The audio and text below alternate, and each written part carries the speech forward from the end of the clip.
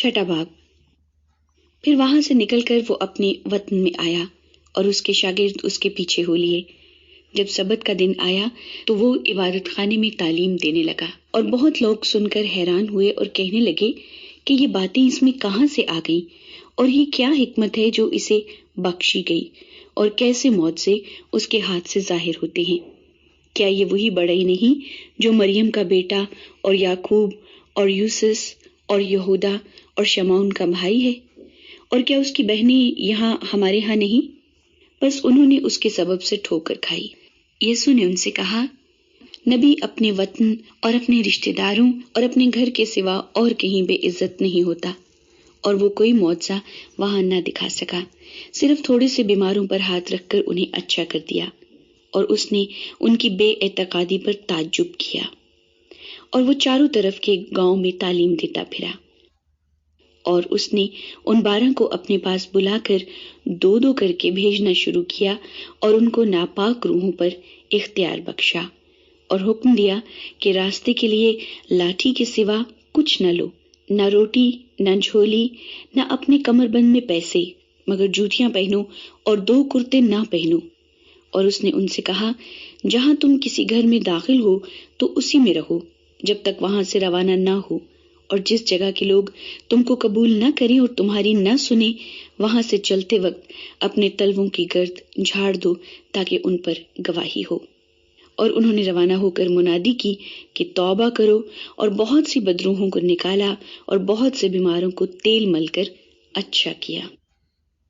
اور ہیرودیس بادشاہ نے اس کا ذکر سنا، کیونکہ اس کا نام مشہور ہو گیا تھا، اور اس نے کہا کہ یوحنا بپتسمہ دینے والا مردوں میں سے جی اٹھا ہے، کیونکہ اس سے معجزے ظاہر ہوتے ہیں۔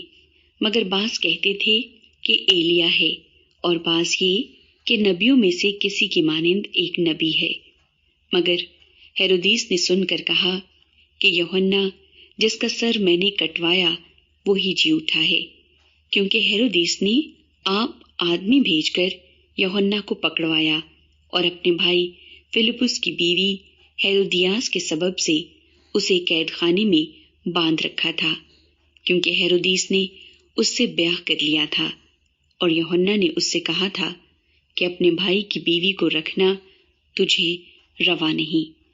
بس ہیرودیاس اس سے دشمنی رکھتی اور چاہتی تھی کہ اسے قتل کرائے، مگر نہ ہو سکا، کیونکہ ہیرودیس یوحنا کو راست باز اور مقدس آدمی جان کر اس سے ڈرتا اور اسے بچائے رکھتا تھا، اور اس کی باتیں سن کر بہت حیران ہو جاتا تھا، مگر سنتا خوشی سے تھا۔ اور موقع کے دن جب ہیرودیس نے اپنی سالگرہ میں اپنے امیروں اور فوجی سرداروں اور گلیل کے رئیسوں کی ضیافت کی، اور اسی ہیرودیاس کی بیٹی اندر آئی اور ناچ کر ہیرودیس اور اس کے مہمانوں کو خوش کیا، تو بادشاہ نے اس لڑکی سے کہا، جو چاہے مجھ سے مانگ، میں تجھے دوں گا۔ اور اس سے قسم کھائی کہ جو تو مجھ سے مانگے گی اپنی آدھی سلطنت تک تجھے دوں گا۔ اور اس نے باہر جا کر اپنی ماں سے کہا کہ میں کیا مانگوں؟ اس نے کہا، یوحنا بپتسمہ دینے والے کا سر۔ وہ فی الفور بادشاہ کے پاس جلدی سے اندر آئی اور اس سے عرض کی، میں چاہتی ہوں کہ تو یوحنا بپتسمہ دینے والے کا سر ایک تھال میں ابھی مجھے منگوا دے۔ بادشاہ بہت غمگین ہوا، مگر اپنی قسموں اور مہمانوں کے سبب سے اس سے انکار کرنا نہ چاہا۔ بس بادشاہ نے فی الفور ایک سپاہی کو حکم دے کر بھیجا کہ اس کا سر لائے۔ اس نے جا کر قید خانے میں اس کا سر کاٹا اور ایک تھال میں لا کر لڑکی کو دیا، اور لڑکی نے اپنی ماں کو دیا۔ پھر اس کے شاگرد سن کر آئے اور اس کی لاش اٹھا کر قبر میں رکھی۔ اور رسول یسوع کے پاس جمع ہوئے، اور جو کچھ انہوں نے کیا اور سکھایا تھا سب اس سے بیان کیا۔ اس نے ان سے کہا، تم آپ الگ ویران جگہ میں چلے آؤ اور ذرا آرام کرو، اس لیے کہ بہت لوگ آتے جاتے تھے اور ان کو کھانا کھانے کی بھی فرصت نہ ملتی تھی۔